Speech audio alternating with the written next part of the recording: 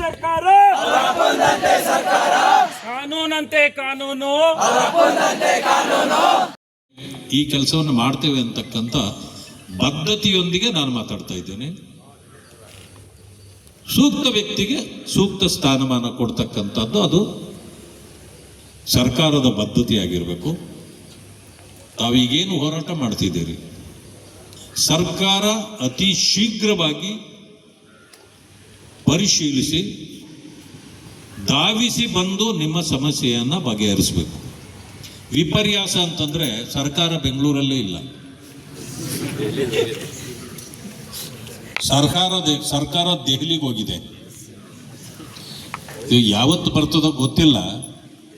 ನಾನು ಫೋನ್ ಮಾಡಿ ಸರ್ಕಾರಕ್ಕೆ ಕೇಳ್ತೀನಿ, ಸರ್ಕಾರವೇ ಯಾವತ್ತು ಬರ್ತದೆ ಬೆಂಗಳೂರಿಗೆ ಅಂತ ಕೇಳ್ತೀನಿ. ನಾನು ಈಗಲೇ ಚೀಫ್ ಸೆಕ್ರೆಟರಿಗೆ ತಮ್ಮ ಮನವಿ ಏನಿದೆಯೋ ಅದನ್ನು ನಾನು ಅವರಿಗೆ ಪತ್ರದ ಮುಖಾಂತರ ನಾನು ತಿಳಿಸ್ಕೊಡ್ತೇನೆ. ಮತ್ತು ನಾನು ಅವರ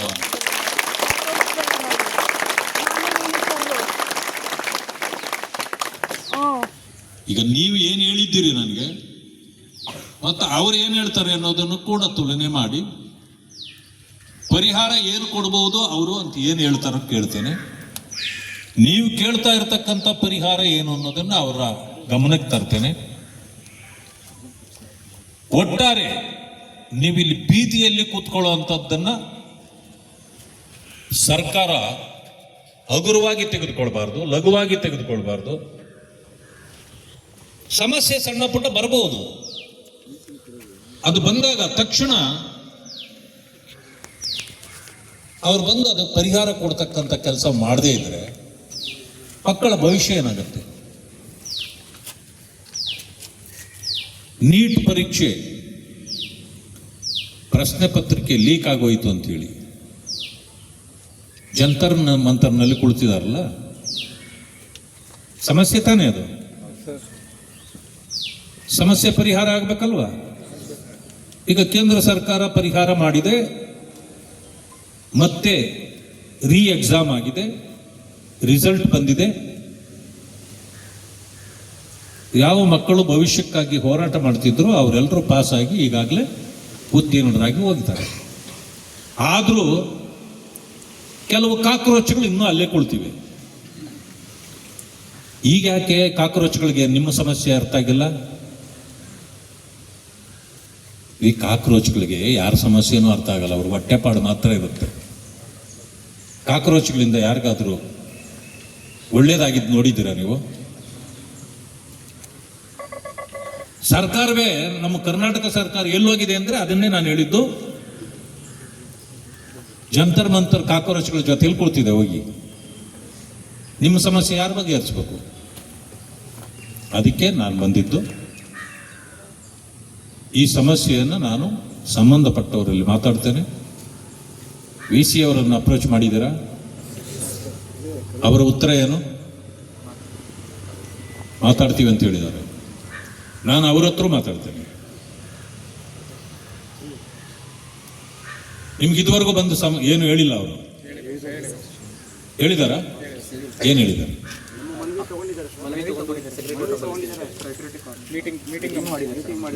ನೋಡಿ, ವಿ ಸಿ ಅವರಲ್ಲೂ ಮನವಿ ಮಾಡ್ತೇನೆ. ನಿಮ್ಮ ಮಕ್ಕಳು ಈ ರೀತಿ ರಸ್ತೆಯಲ್ಲಿ ಕುತ್ಕೊಳ್ಳೋಕೆ ಬಿಡಬಾರ್ದು. ನೀವು ಕಚೇರಿ ಎ ಸಿ ರೂಮ್ನಲ್ಲೆಲ್ಲ ಕುತ್ಕೋಬೇಕಾಗಿರೋದು. ಮಕ್ಕಳ ಸಮಸ್ಯೆಗಳನ್ನು ತಗೊಂಡು ನೀವು ಸರ್ಕಾರದಲ್ಲಿ ಹೋಗಿ ಹೇಳಬೇಕಾಗಿತ್ತು ಇಷ್ಟೊತ್ತಿಗೆ. ಇದು ಜಿ ಕೆ ವಿ ಕೆಗೆ ಅಪಮಾನ. ಇದು ವಿದ್ಯಾರ್ಥಿಗಳು ಈ ರೀತಿ ಬಂದು ಹೋರಾಟ ಮಾಡ್ತಿರ್ತಕ್ಕಂಥದ್ದು ಇದು ಸರಿಯಲ್ಲ. ಸರ್ಕಾರದ ಒಂದು ತಪ್ಪಿನಿಂದ ಅವ್ರಿಗೆ ಅನ್ಯಾಯ ಆಗ್ತಾ ಇದೆ, ಇದನ್ನು ಸರಿಪಡಿಸಿ ಅಂತೇಳಿ ಹೋಗ್ಬೇಕು ಅವರು. ನಾನು ಅವ್ರಿಗೂ ಮಾತಾಡ್ತೀನಿ. ಇದು ಮೀರಿ ಏನಾದರೂ ಸರ್ಕಾರ ಉದ್ದಿಟ್ಟತನ ಮೇರಿದ್ರೆ ನಾನು ಮತ್ತೆ ಬರ್ತೀನಿ.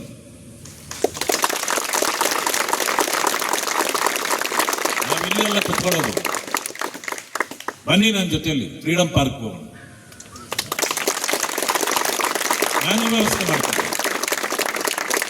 ಅಲ್ಲಿ ಕೂತ್ಕೊಳ್ಳೋಣ. ಯಾಕಂದ್ರೆ GK ಇಂದ ಕೂಗಿದ್ರೆ ಭವಿಷ್ಯ ಸರ್ಕಾರ ದೂರ ಇದೆಯಲ್ಲ, ಕೇಳಿಸಲ್ಲ. ಅದಕ್ಕೆ ವಿಧಾನಸೌಧದ ಹತ್ರಕ್ಕೆ ಹೋಗ್ಬಿಡೋಣ, ಅಲ್ಲೇ ಅದ್ರ ಕೇಳಿಸ್ತದ ನೋಡೋಣ. ಇವತ್ತು ನಾನು ಇವರಿಗೆಲ್ಲ ಮಾತಾಡ್ತೇನೆ, ಅದಾದ್ಮೇಲೆ ನಿಮಗೂ ಮಾತಾಡ್ತೇನೆ. ಸಮಸ್ಯೆ ಬಗೆಯಿರಲಿಲ್ಲ ಅಂದ್ರೆ ಸಮಸ್ಯೆಯ ಪರಿಹಾರಕ್ಕೆ ಏನೆಲ್ಲ ಮಾಡ್ಬೋದು ಮಾಡೋಣ. ನನ್ನ ಕರೆಸಿ ತಮ್ಮ ಸಮಸ್ಯೆ ಹೇಳಿದ್ದಕ್ಕೆ ಮತ್ತು ನಿಮ್ಮ ಜೊತೆಯಲ್ಲಿ ನಾನು ಯಾವಾಗಲೂ ಇದ್ದೇನೆ ಅಂತಕ್ಕಂಥ ಭರವಸೆಯನ್ನು ಕೊಡ್ತೇನೆ. ಇವತ್ತು ತಾವೆಲ್ಲರೂ ಸೇರಿ ಇಷ್ಟೊಂದು ಒಗ್ಗಟ್ಟಿನಿಂದ ಈ ಕೆಲಸ ಮಾಡ್ತಿದ್ದಾರಲ್ಲ, ದೊಡ್ಡವರು ಹೇಳಿದ್ದಾರೆ, ಒಗ್ಗಟ್ಟಿಗೆ ಬೆಲೆ ಇದೆ. ಒಗ್ಗಟ್ಟು ಅನ್ನೋದೇ ಒಂದು ಶಕ್ತಿ.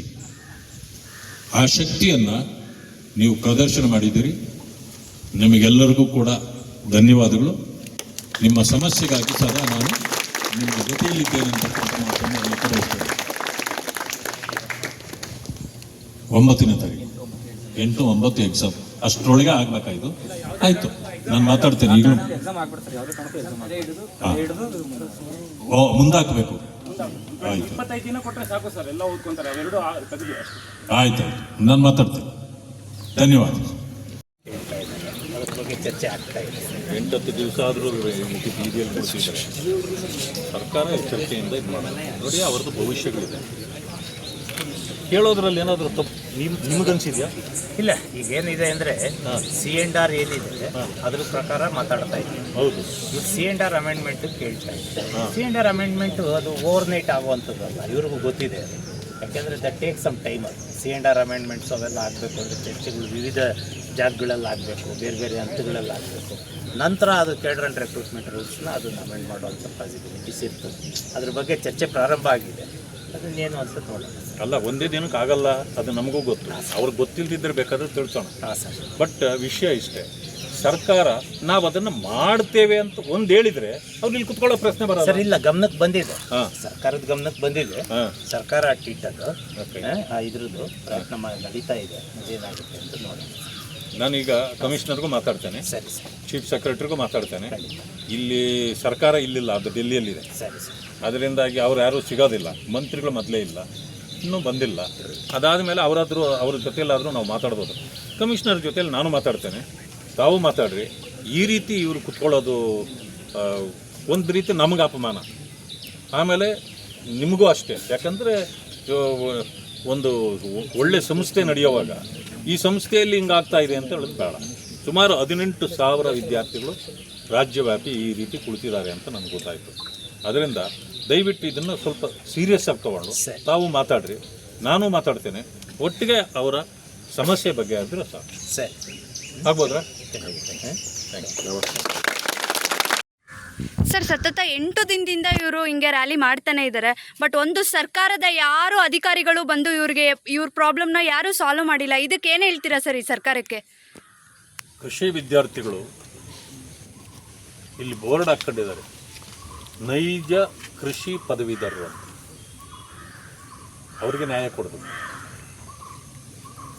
ನೈಜ ಅಂದಮೇಲೆ ನಿಜವಾದ ವಿದ್ಯಾರ್ಥಿಗಳು. ಇವರ ಸ್ಥಳದಲ್ಲಿ ಅನ್ಯ ಕಾಲೇಜುಗಳ ಈ ಪದವಿಯನ್ನು ಮಾಡದೇ ಇರತಕ್ಕಂಥವರನ್ನು ಕೂಡ ಆ ಪಟ್ಟಿಯಲ್ಲಿ ಸೇರಿಸಿ ಮಾಡಲಿಕ್ಕೆ ಹೊರಟಿದ್ದಾರಲ್ಲ, ಅದು ಕಾನೂನು ಬಾಹಿರವಾಗಿದೆ. ಕೋರ್ಟಿನ ಆದೇಶಗಳನ್ನು ಮೀರಿ ಸರ್ಕಾರ ಈ ರೀತಿಯ ಕ್ರಮ ಕೈಗೊಳ್ಳತಕ್ಕಂಥದ್ದು ಸರಿಯಲ್ಲ. ವಿದ್ಯಾರ್ಥಿಗಳ ಬೇಡಿಕೆ ಸರಿ ಇದೆ, ಅದರಲ್ಲಿ ಸತ್ಯ ಇದೆ. ಅವರ ಬೇಡಿಕೆಗಳನ್ನು ಪರಿಶೀಲಿಸಿ ತಕ್ಷಣ ಪರಿಹಾರ ನೀಡಬೇಕು. ಅದಾದ ನಂತರ ಈಗೇನು 8-9ನೇ ತಾರೀಕು ಪರೀಕ್ಷೆಗಳು ನಡೆಯುತ್ತದೆ ಅಂತಿದೆಯೋ, ಕನಿಷ್ಠ ಪಕ್ಷ ಇನ್ನೊಂದು ತಿಂಗಳ ಕಾಲ ಅದನ್ನು ಮುಂದೂಡಿ ಅವರಿಗೆ ಅವಕಾಶ ಕೊಡಬೇಕು. ಅವರ ಜೀವನದಲ್ಲಿ ಚೆಲ್ಲಾಟ ಸರ್ಕಾರವಾಗಲಿ ಅಧಿಕಾರಿಗಳಾಗಲಿ ಆಡಬಾರ್ದು. ನಾನು VC ಅವರಲ್ಲೂ ಕೂಡ ಮನವಿ ಮಾಡ್ತೇನೆ, ವಿದ್ಯಾರ್ಥಿಗಳ ಸಮಸ್ಯೆಯನ್ನು ಗಂಭೀರ ಪರಿಗಣಿಸಿ ಸರ್ಕಾರದ ಜೊತೆಯಲ್ಲಿ ಅವರು ಚರ್ಚೆ ಮಾಡಬೇಕು. ನಾನು ಕೂಡ ಈಗ ಚೀಫ್ ಸೆಕ್ರೆಟರಿ ಮತ್ತು ಕಮಿಷನರ್ ಅಗ್ರಿಕಲ್ಚರ್ ಅವ್ರ ಹತ್ರ ಮಾತಾಡ್ತೇನೆ. ವಿ ಸಿ ಅವ್ರಿಗೂ ನಾನು ಫೋನ್ ಮಾಡಿ ಮಾತಾಡ್ತೇನೆ. ಇವರೆಲ್ಲರ ವಿಷಯ ಏನು ಹೇಳ್ತಾರೆ ಅದನ್ನು ನಾನು ವಿದ್ಯಾರ್ಥಿಗಳಿಗೂ ತಿಳಿಸ್ತೇನೆ. ಪರಿಹಾರ ಆಗಲಿಲ್ಲ ಅಂತಂದರೆ ಗಾಂಧಿ ಮಾರ್ಗ ಹೋರಾಟ ಮಾಡಲೇಬೇಕಲ್ಲ. ನೀಟ್ ಪರೀಕ್ಷೆದು ಗಾಂಧಿ ಕೃಷಿ ವಿಜ್ಞಾನ ಕೇಂದ್ರ ಆದ್ರೆ ಆಗಲ್ಲಲ್ಲ. ನೀಟ್ ಗಾಂಧಿ ಪರೀಕ್ಷೆ ತತ್ವಗಳು ಇರಬೇಕಲ್ಲ. ಹೇಳಿ. ನೀಟ್ ಪರೀಕ್ಷೆ ಲೀಕ್ ಆಗಿದೆ ಅಂದ್ಬಿಟ್ಟು ಡೆಲ್ಲಿಗೆ ಹೋಗ್ಬಿಟ್ರು ಜಂತರ್ ಮಂತರ್ ಕಾರ್ಯಕ್ರಮಕ್ಕೆ. ನಮ್ಮ ಕರ್ನಾಟಕದಲ್ಲಿ ಇಲ್ಲಿ ಯಲಹಂಕ ಭಾಗದ GKVKಯಲ್ಲಿ ನಡೀತಾ ಇರೋ ಪ್ರತಿಭಟನೆ ಯಾರಿಗೂ ಈ ಕೂಗು ಕೇಳಿಸ್ತಾ ಇಲ್ವಾ ಸರ್? ವಿದ್ಯಾರ್ಥಿಗಳ ಕೂಗು ಸರ್ಕಾರಕ್ಕೆ. ನೋಡಿ, ಅಧಿಕಾರ ದಾಹ ಇರೋರು ದೆಹಲಿಯಲ್ಲಿ ಕುಳಿತಿರ್ತಾರೆ.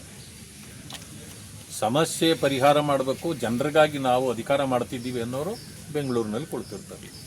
ನಾನು ಅದಕ್ಕೆ ಹೇಳಿದೆ, ಸರ್ಕಾರ ಎಲ್ಲಿದೆ ಅಂದರೆ ದೆಹಲಿಯಲ್ಲಿ ಕುಳಿತಿದೆ. ಕರ್ನಾಟಕಕ್ಕೆ ರಜಾ ಹಾಕಿ ಹೋಗಿದ್ದಾರೆ. ಹೋಗ್ಲಿ, ಈ ಇಲಾಖೆಗೆ ಸಂಬಂಧಪಟ್ಟ ಮಂತ್ರಿಗಳಿದ್ದಾರಾ? ಮಂತ್ರಿಗಳೇ ಇಲ್ಲ. ಯಾರು ನಡೆಸ್ತಾ ಇದ್ದೀರಿ? ಮುಖ್ಯಮಂತ್ರಿಗಳಿದ್ರೆ ಜವಾಬ್ದಾರಿ ತಗೋಬೇಕಲ್ಲ. ಅವರೇ ಈಗ ಇನ್ಚಾರ್ಜ್ ಮಂತ್ರಿ ಅವರೇ ತಾನೆ. ಹೌದು. ಯಾಕೆ ಇದರ ಬಗ್ಗೆ ಎಲ್ಲ ಮಾತಾಡೋದಿಲ್ಲ? ನೀಟ್ ಪರೀಕ್ಷೆ ವಿಷಯದಲ್ಲಿ ನೀವು ಮಾತಾಡಿ. ಅನ್ಯಾಯ ಆಗಿದ್ದರೆ ಕೇಂದ್ರ ಸರ್ಕಾರವೂ ಸರಿಪಡಿಸಬೇಕು, ರಾಜ್ಯ ಸರ್ಕಾರವೂ ಸರಿಪಡಿಸಬೇಕು, ಹೇಳೋದ್ರಲ್ಲಿ ತಪ್ಪಿಲ್ಲ. ಆದರೆ ಕೇಂದ್ರದಲ್ಲಿ ನಡೀತಾ ಇರೋದು ಯಾವ ಹೋರಾಟ?